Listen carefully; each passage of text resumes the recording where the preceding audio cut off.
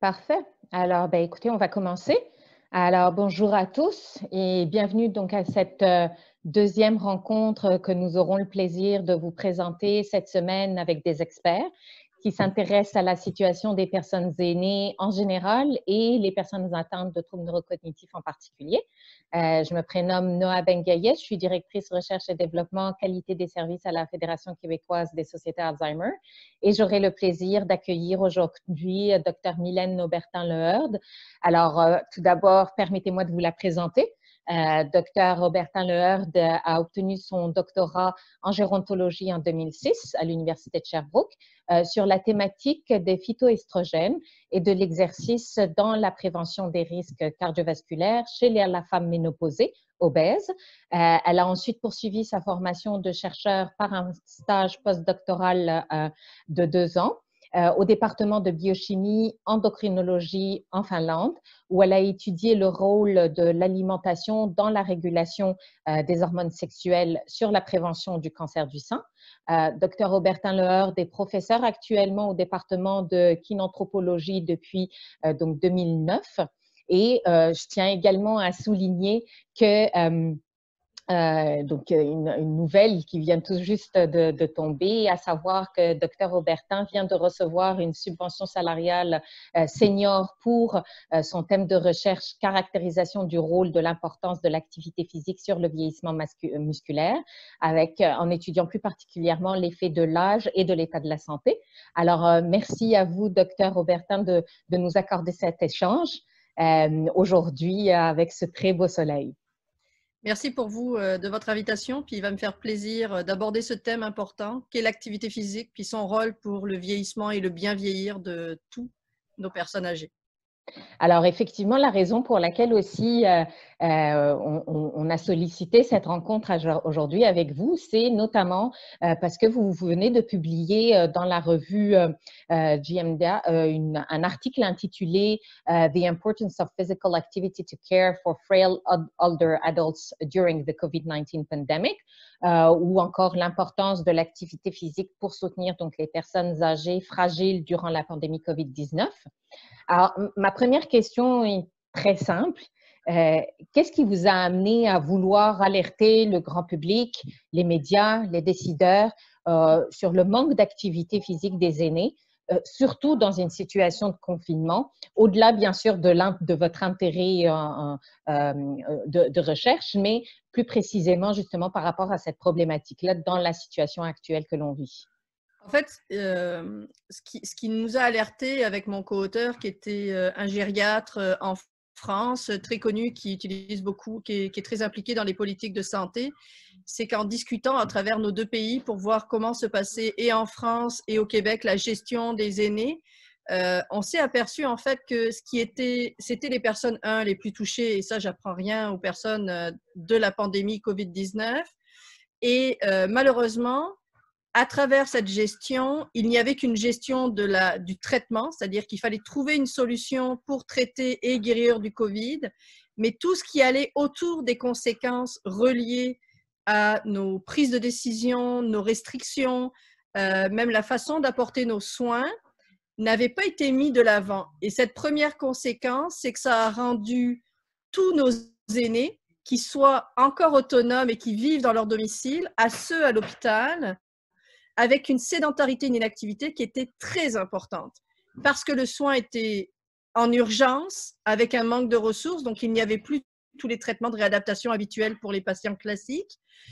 Parce que ceux qui étaient à la maison et qui pouvaient bouger, pouvaient aller dans leur centre communautaire ou avoir une activité sociale, devaient rester à l'intérieur de leur domicile, sans aucune ressource, sans aucun moyen. Or, les chiffres nous parlent, et on le sait comme professionnels de la santé, dès qu'on est sédentaire ou qu'on reste trop dans un lit, on va perdre notre force et notre masse musculaire. Et ça, c'est notre fuel ou notre carburant essentiel pour être capable de rester à la maison ou de rester autonome dans notre société au complet. Alors, c'était vraiment là où on voulait mettre un drapeau rouge, mais pour tous nos aînés, ceux qui vivent à la maison jusqu'à ceux qui sont dans les hôpitaux, puis qu'il fallait trouver des solutions parce qu'on est bien conscient que de toujours dresser des drapeaux rouges sans solution, ça n'en est pas une. Alors, c'est ce qu'on a essayé de faire, c'est de trouver des solutions pour les équipes qui travaillent dans les résidences pour aînés, en CHSLD ou pour celles à l'hôpital, mais aussi pour les gens dans les domiciles, leur dire il y a des ressources, renseignez-vous auprès de vos fédérations, par exemple. Elles ont les moyens de connaître les bonnes ressources pour vous trouver des solutions adaptées. Puis effectivement, vous le mentionnez très bien, les défis ou en tous les cas les situations varient, que l'on soit à domicile ou en résidence ou encore effectivement à l'hôpital. Le niveau d'exercice et l'autonomie des personnes diffèrent aussi. Alors, pour justement peut-être spécifier plus quels sont les défis qu'on rencontre à domicile, qui sont différents aussi des défis en résidence, mais aussi en fonction de l'autonomie de la personne. C'est une autre réalité. Une personne à domicile sera certainement plus autonome versus une personne qui est en résidence, qui est plus en perte d'autonomie et pour lesquelles forcément la pandémie aura des conséquences beaucoup plus graves. En fait, le premier défi, puis ça a été le défi, je pense, d'à peu près tous les professionnels en activité physique, ce qu'on appelle des kinésiologues, qui sont généralement l'interlocuteur premier que vous allez trouver dans vos communautés pour donner de l'activité physique, c'est qu'on est habitué, puis on est encore habitué à donner nos cours ou à transmettre nos cours un à un ou dans des salles de communauté ou dans des structures d'activité physique. La pandémie COVID-19 a empêché tout cela. Il n'y a plus d'interaction. Et le seul moyen qu'on a, c'est un peu comme aujourd'hui, c'est la technologie. C'est d'utiliser Facebook Live, c'est d'utiliser Zoom.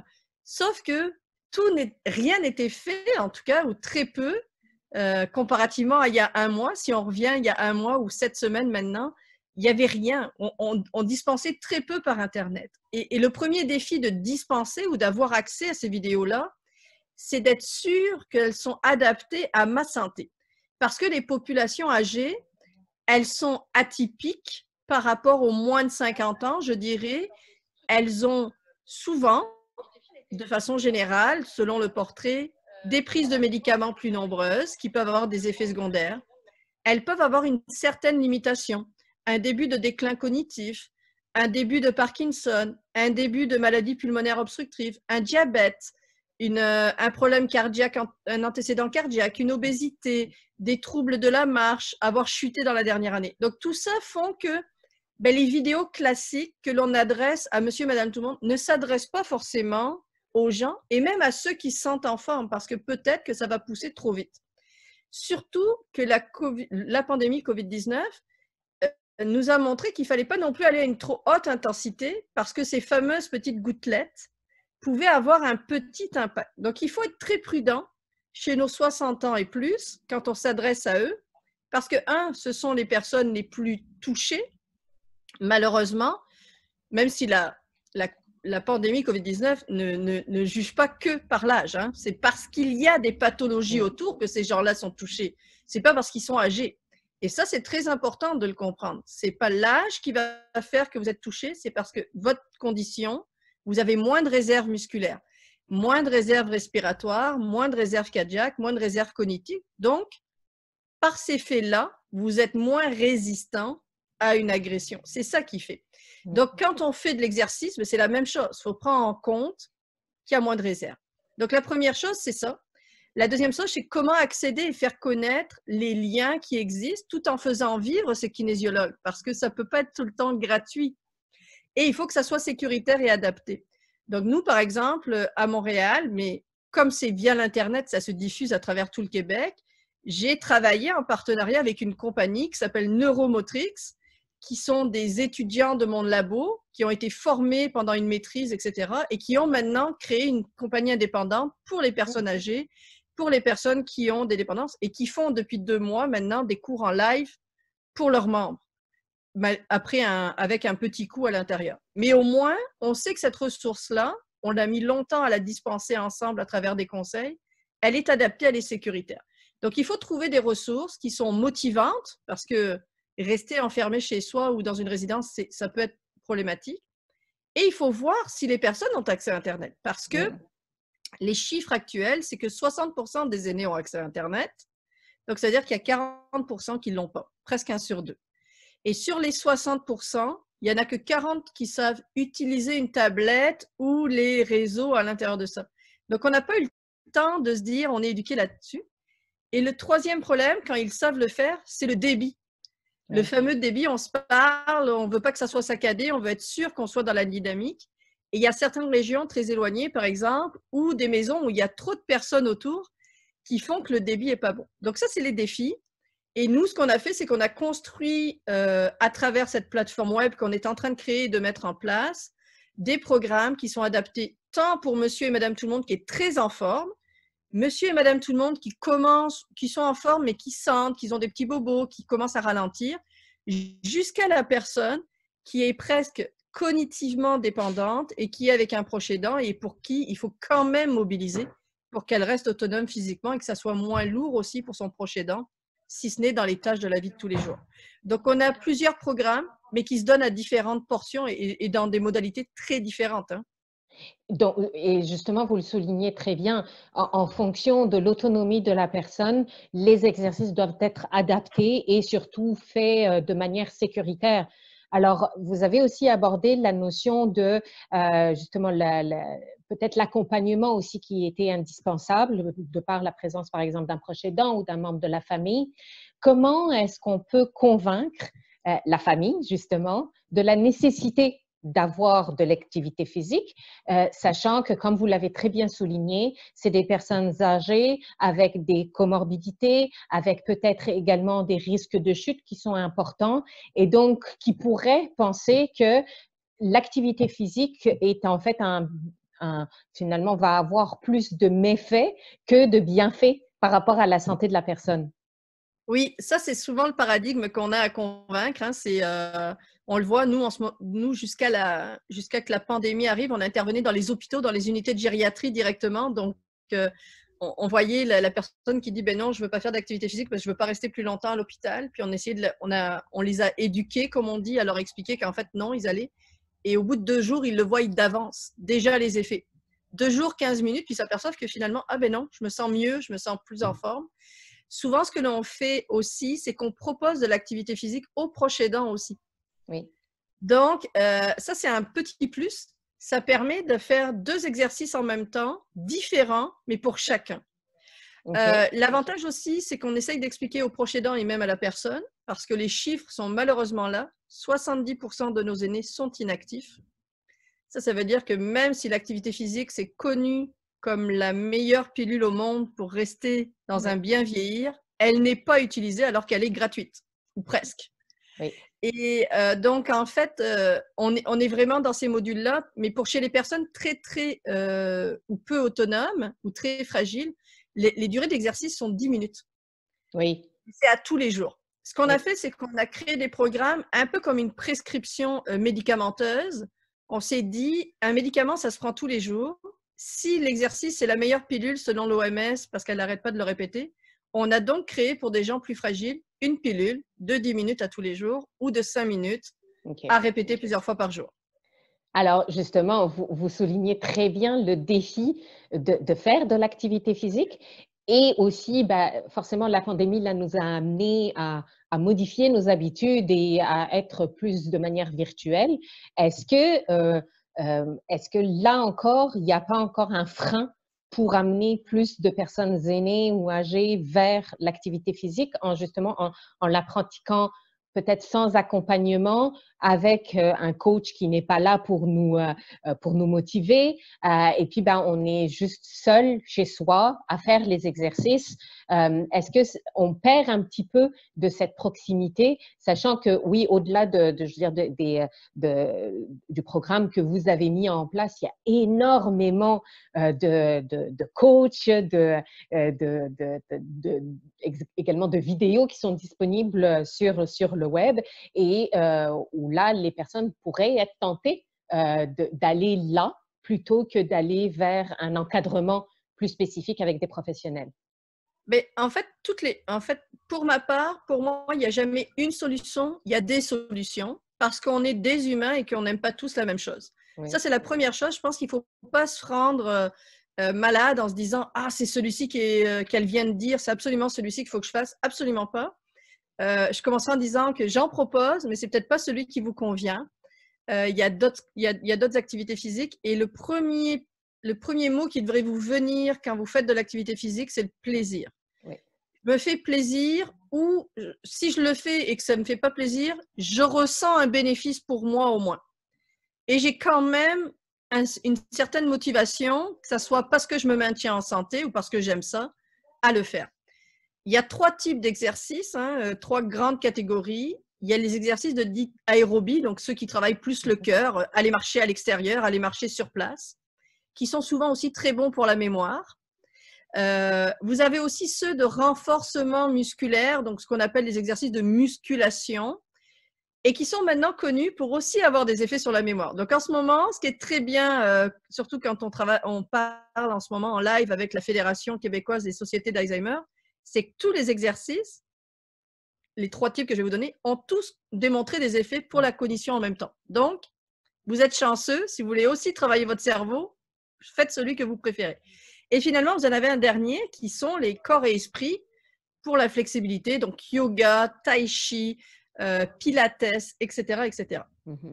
Nous, souvent, dans notre labo, on dit qu'il faut avoir une petite goutte de tout. Alors, on est dans nos exercices, par exemple, à donner, quand on donne, par exemple, nos prescriptions en médicaments, eh bien, on donne 2-3 exercices qui se font sur des chaises, qui se font autour d'une table, qui se font dans des endroits très fermés, c'est-à-dire très petits. Et en même temps, on dit, ben, n'oubliez pas d'aller marcher. Mais la distance ou le temps de marche qu'on donne, elle est relative à votre vitesse ou à votre capacité. Si vous avez une marchette, si vous marchez lentement, on va vous dire, allez marcher, essayez de marcher, même sur place, 3 fois 5 minutes par jour. Si vous êtes très efficace, on va vous dire, essayez de marcher 3 fois 20 minutes par jour, etc., etc. Donc, on offre des éventails comme ça, mais c'est à ça que sert l'encadrement. C'est vous fournir un encadrement qui vous correspond. Il n'y a pas tout le temps ça. Je pense que des fois, puis là, je vais me commettre, mais un jour, je rêve que nos gouvernements financent l'activité physique.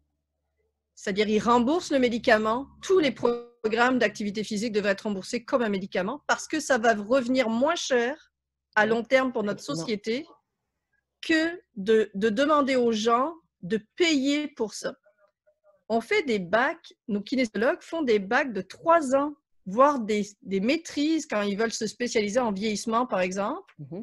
Donc, 5 ans d'études en santé spécialisées en activité physique. Là. C'est pas, ils ne vous donnent pas une recette qu'ils ont appris en 20 minutes, puis c'est quelque chose de très spécifique. Et c'est vraiment reconnu qu'on arrive à améliorer et la cognition, et le cœur, et les poumons, et les muscles. Donc, c'est pour ça que je dis qu'il n'y a pas une seule recette, puis que l'encadrement, en fait, il sert à ça. Il sert à ce que ça soit professionnalisant et en santé. C'est comme une prescription, ça ne se fait pas parce que l'Internet, Wikipédia vous a dit, ou Passeport Santé vous a dit, il faut prendre ce médicament-là. Avant de le prendre, vous allez aller voir votre médecin. Ben, le kinésiologue, il sert à ça. Avant de faire de l'activité physique, si vous avez des problématiques de santé ou si vous ne savez pas par où commencer, je vous conseille de trouver soit des ressources autour de votre communauté qui vont vous aider, soit d'aller voir des kinésiologues. Il y a certaines, on est content. On a de plus en plus, puis il faut faire la pression là-dessus, mais on a de plus en plus de mutuelles, d'assurance santé complémentaire qui remboursent maintenant un petit peu le kinésiologue. Mais c'est vrai que le gouvernement pourrait penser à se dire dans ses actions, j'offre 5 séances par année de suivi ou 1 fois par mois de suivi pour faire de l'activité physique et des programmes à tous nos 50 ans et plus parce que c'est eux qu'on a besoin. Moi, je pense que ça serait une action qui serait très payante à long terme, même si elle aurait un... Voilà, là, en termes également de réduction des coûts, on réduit les risques de chute, on réduit les risques de fractures, les hospitalisations justement qui sont engendrées face à cette inactivité. Donc, en bout de ligne, on y gagne également en tant que société. Vous faites également le lien dans l'article entre les bénéfices de l'activité physique et la santé mentale. Oui. Est-ce que vous pourriez justement nous expliquer comment? Ben, en fait, l'activité physique, elle peut se donner sur plusieurs modalités. Ça peut être par vidéo, 1 à 1, parce qu'il y a des gens qui n'ont pas envie d'être en groupe, puis c'est correct aussi. Il y en a qui aiment bien être tout seuls, qui n'ont pas envie qu'ils montrent qu'ils transpirent ou qu'ils difficultent, puis ils n'ont pas envie d'être avec d'autres personnes. Par contre, les fameux Facebook Live, les fameux Zoom Live, ça permet d'être ensemble. Oui. Et donc, être ensemble, ça nous permet de se sentir inclus et encore vivant. Donc, ça a un effet sur le bien-être. faire de l'exercice, que vous soyez en vidéo ou en Zoom Live ou sur papier parce que vous avez eu un programme fait par votre kinésiologue avant ou n'importe, va engendrer des certaines hormones qui sont faites aussi pour le bien-être et la sensation de bien-être. Ça vous permet de mieux dormir, ça vous permet de vous sentir heureux. Donc, l'activité physique sécrète certaines hormones qui vous permettent d'améliorer votre santé mentale à un certain moment. Et les types d'activités physiques peuvent aussi engendrer le bris de l'isolement qui est ressenti surtout en ce moment. Donc, c'est toujours positif. Hein. On disait il y avait un effet cognitif, il y avait un effet musculaire, il y avait un effet osseux, il y avait un effet sur les systèmes de santé. Finalement, on s'aperçoit qu'on a aussi un effet sur la santé mentale. Effectivement. Donc là, je veux dire, là où vous avez tous les arguments là pour tous ceux qui nous écoutent pour que après notre Facebook Live de sortir et faire au moins un petit peu de marche. Je pense que là, vous avez tous les avantages de cette activité. S'ils veulent juste marcher parce que c'est quelque chose qui est facile et accessible, oui. Ce que je leur dirais, c'est que quand ils marchent, puis ça, c'est un thermomètre interne qui est valide chez tout le monde et qui est dépendant à chacun. Si vous pouviez et que vous allez marcher à deux, souvent c'est le bon argument, ou que vous téléphonez à une amie, parce qu'il y en a, c'est leur moment pour téléphoner à des amis, il faudrait que vous n'ayez pas la capacité de parler facilement avec votre ami. Si vous êtes capable de parler, comme là on est en train de parler ensemble, puis d'avoir un discours, puis aucune difficulté, vous êtes en train de faire une marche d'entretien ou de loisir. Oui. Si vous voulez une marche qui va avoir un impact légèrement significatif sur votre santé, il faudrait commencer à avoir des petites difficultés, c'est-à-dire se dire « Oh, attends, je fais une pause et je repars, etc. » ou des petites pauses entre mes phrases parce que j'ai besoin de souffler. Puis plus vous êtes incapable de parler, plus votre intensité est élevée, mieux c'est pour votre santé. Donc ça, c'est souvent, je dis, la marche, elle a un thermomètre interne extraordinaire parce que souvent, c'est ce que nous disent les gens. Comment je sais si je vais trop vite ou trop loin? Ben, la façon de capacité de parler va être une bonne façon. Ah, excellent, excellent. Alors, vous mentionnez aussi l'utilisation de la technologie, des tutoriaux d'entraînement qui ont en fait pour effet d'aider à réduire le déclin physique et le sentiment de solitude ou d'isolement. Est-ce que vous pourriez nous donner quelques exemples justement d'activités ou de jeux en ligne qui ont fait leurs preuves et qui pourraient justement être des outils finalement que les personnes pourraient y avoir accès? Alors, je ne veux pas faire de promotion, mais je les ai utilisés. J'ai travaillé avec une compagnie montréalaise, c'est une start-up montréalaise qui s'appelle Gin-Tronics, mais pas Gin comme l'alcool, mais Gin, J-I-N, T-R-O-N-I-X. Et en fait, c'est une compagnie montréalaise qui utilise l'équivalent de la Xbox ou de la… Oui, c'était la Xbox, c'était le système de Xbox, c'était une caméra. C'est des jeux. L'avantage de ces jeux-là, c'est que l'on peut les adapter à chacun de nous et à distance. Donc, si un jour vous avez peur que la pandémie COVID-19 ou ce genre de pandémie vous isole, c'est une façon, nous on les avait implémentés dans des résidences, on a fait une étude là-dessus et on mettait les programmes dans une salle commune ou dans les chambres des résidences et même si on était à 100 km ou 1000 km, on était capable de changer les programmes individuellement des gens à distance. Parce que la caméra nous donnait à travers l'exercice s'il avait eu de la difficulté, s'il avait réussi à faire tous les résultats correctement, etc. Et donc, on pouvait augmenter ou diminuer les niveaux. Et c'est vraiment une technologie qui est faite pour ça. Elle est faite pour, vous êtes moins capable de bouger à gauche qu'à droite, mais on est capable de moduler l'exercice à gauche ou à droite. On est capable de moduler l'intensité, la vitesse de réalisation.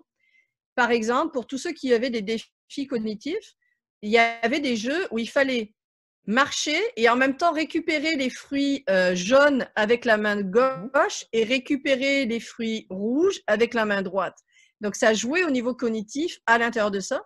Et dépendamment du niveau cognitif des gens, on était capable d'accélérer le nombre de fruits là où ils étaient, à combien ils apparaissaient. Donc, les technologies sont utiles là-dessus. L'autre technologie, c'est bien sûr les caméras, les tablettes, etc.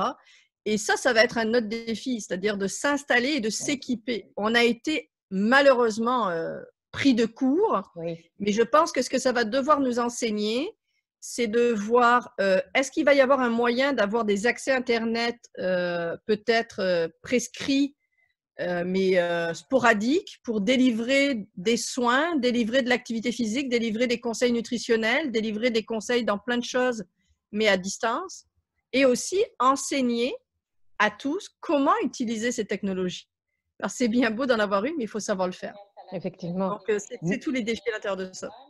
Et justement, vous parlez d'avoir accès finalement aux caméras des personnes participantes.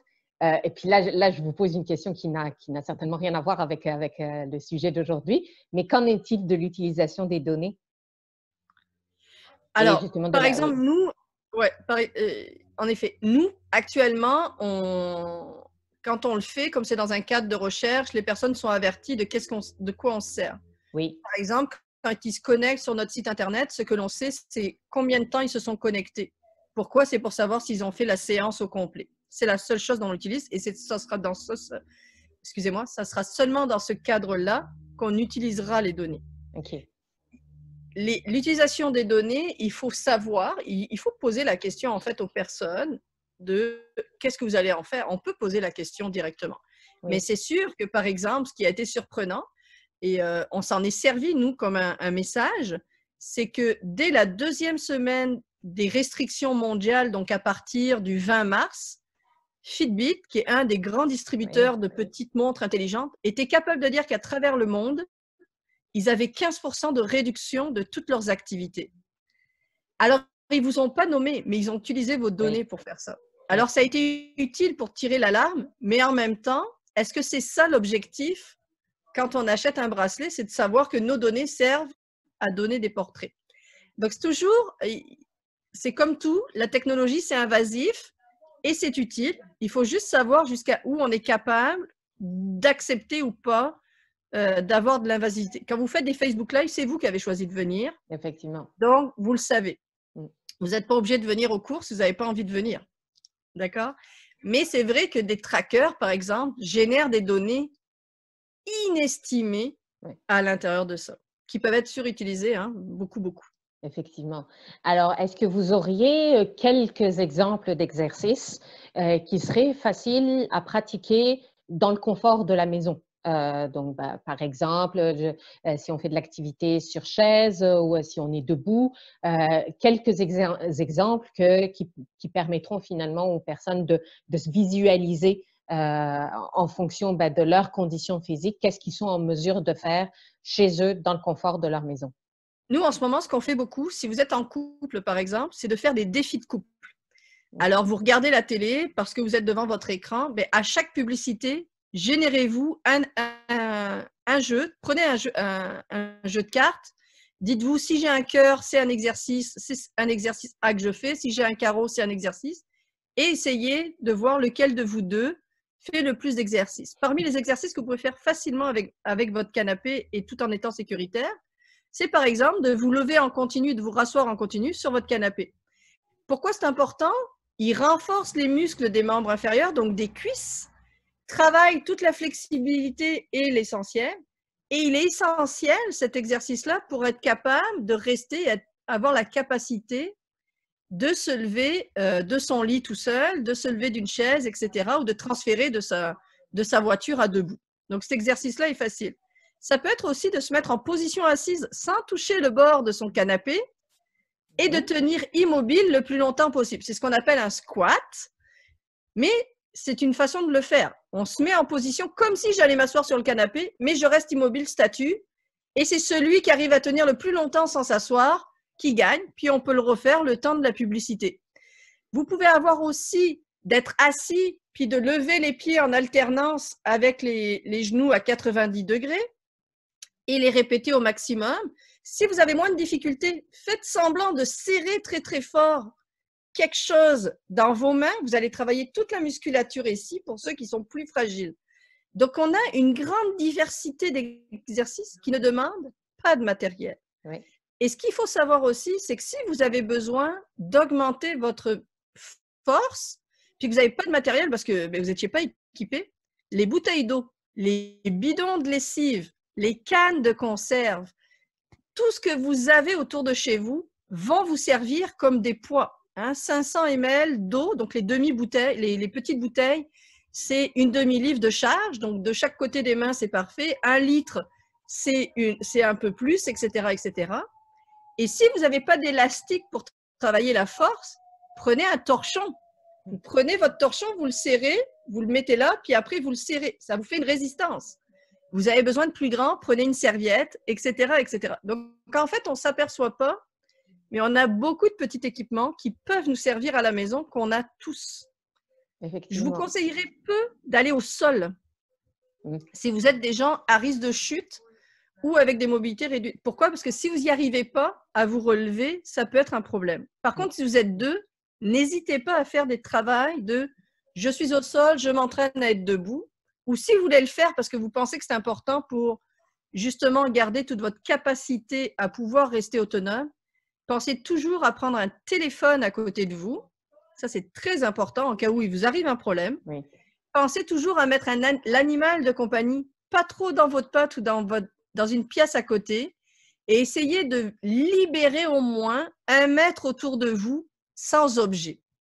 Donc, essayez de pousser les objets avant de faire n'importe quel exercice parce que imaginons pour X, Y raison, vous perdez l'équilibre, ça serait dommage de se blesser parce qu'en fait, vous allez vous cogner contre votre meuble. Effectivement. Et non parce que vous avez perdu l'équilibre. Et la même chose, des exercices qui, eux, seront plus adaptés dans un contexte d'hébergement ou en résidence pour peut-être des personnes qui sont moins autonomes. Et donc, ben, là, ça serait plus des conseils pour les professionnels de la santé. Ben, souvent, en fait, ce qu'on fait, nous, c'est qu'on a dans nos résidences pour aînés, ça va de 2 exercices à faire plusieurs fois à 4 exercices à faire plusieurs fois, dépendamment des personnes. Souvent, pour nos exercices, on se restreint à autour du lit, en support avec le dos du lit, autour de la chaise qui est souvent à côté du lit, ou dans le petit espace entre la chaise et le lit. Donc, par exemple, faire des pas de côté, 2 pas de côté à gauche, 2 pas de côté à droite pour travailler tout ce qui est la transition et le semi-équilibre. Se tenir au bord du lit, puis lever un des pieds en déséquilibre, tout doucement, puis tenir jusqu'à 5, puis relâcher. Donc, on a adapté ces exercices qui paraissent très simples, mais qui fait tous les jours, fait régulièrement, plusieurs fois par jour, travaille pour améliorer la force, mais aussi prévenir les chutes et notre santé, notre autonomie physique. Excusez-moi.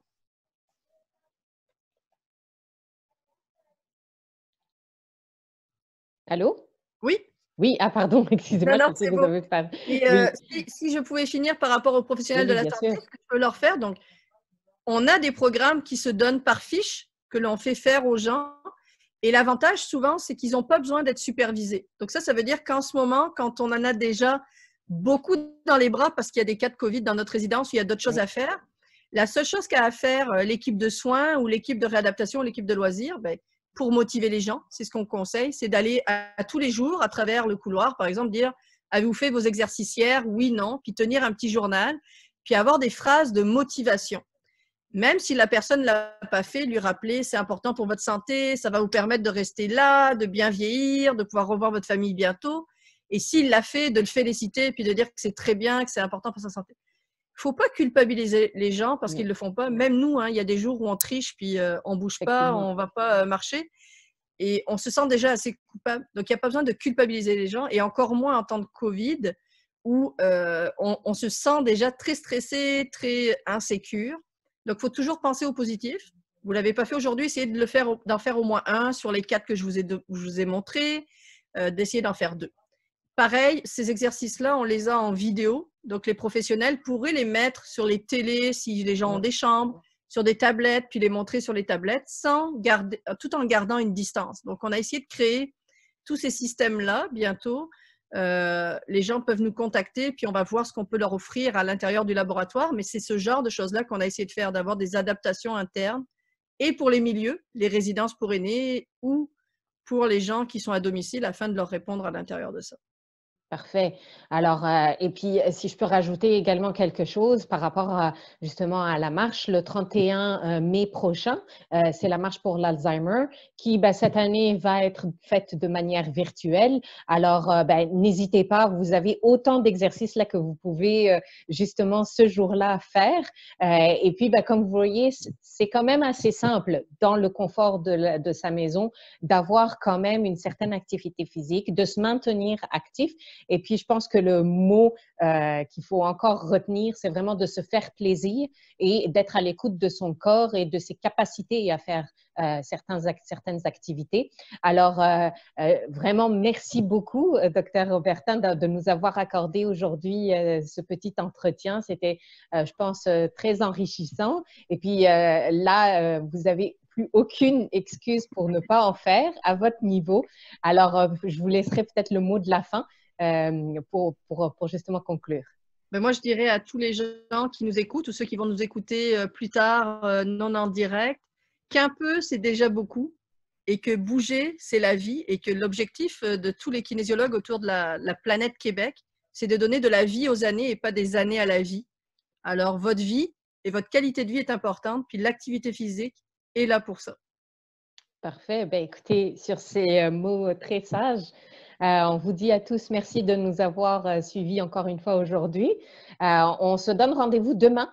On aura le plaisir d'avoir avec nous Madame Anne Villeneuve, qui est la directrice générale de la Société Alzheimer de l'Outaouais, justement, où on aura l'occasion de s'entretenir avec elle pour un petit peu voir comment les sociétés Alzheimer se sont adaptées à cette nouvelle réalité que nous impose la pandémie COVID-19 et puis surtout comment elle s'est renouvelée. Alors, merci à vous tous de nous avoir suivis aujourd'hui. Et puis, ben, on continue à échanger. Si vous avez des questions, n'hésitez pas. On les fera parvenir à Dr. Obertin. Et de votre côté aussi, Dr. Obertin, dès que le site web sera lancé, ben, ça nous fera plaisir justement aussi de relayer l'information pour que les personnes intéressées puissent vous contacter. Donc, merci encore à tous. Et puis, ben, je vous souhaite une excellente fin d'après-midi. Merci. Puis n'hésitez pas à me contacter par courriel à travers les adresses de nos laboratoires. Il nous fera plaisir de répondre à tous. Excellent. Merci encore.